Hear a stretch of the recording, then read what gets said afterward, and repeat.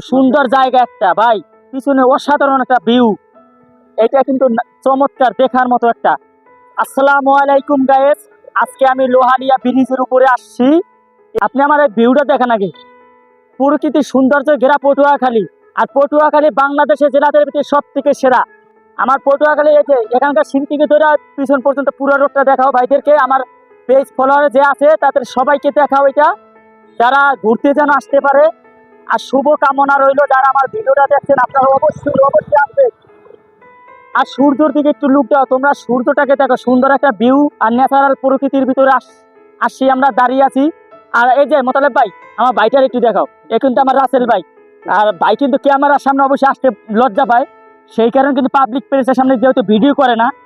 আর আমার কার জোর করে নিয়ে আসছি ভিডিওর সামনে। বাইক পটুয়াখালী বাণিজ্য মেলায় যাবো আমরা। আর এখানে আমরা ভিউটা আমরা উপভোগ করছি।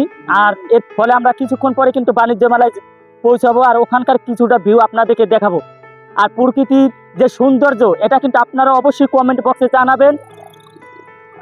আর আপনার যে পটুয়াখালী যে লোহালিয়ার ব্রিজটা, এটা কিন্তু অবশ্যই দেখেন সামনের দিকে।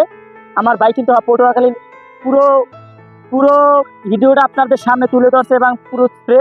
এবং আমাদের পিছনে কিন্তু সুন্দর জায়গা একটা ভাই, পিছনে অসাধারণ একটা ভিউ। এটা কিন্তু চমৎকার দেখার মতো একটা।